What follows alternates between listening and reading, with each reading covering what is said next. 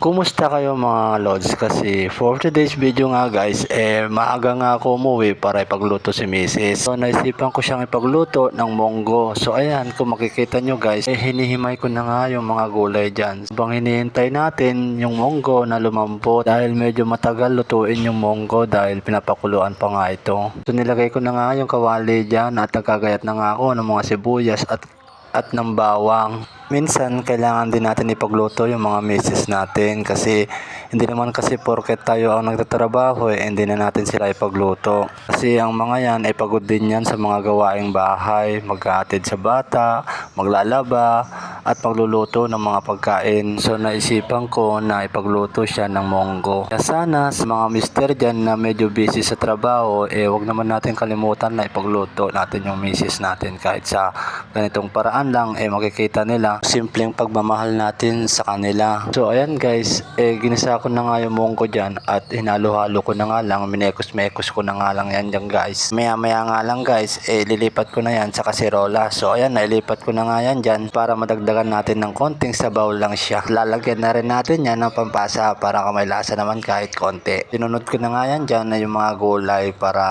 malambot na rin. Konting oras na nga lang maluluto na to guys. So ayan, kung makikita nyo dyan for the tikim na nga ako dyan guys.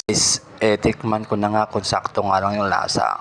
Sarap guys. Kung nga sa mag-ina ko maya maya nga lang kakain na nga kami guys. Medyo luto na siya. So hanggang dito na lang guys. Good luck.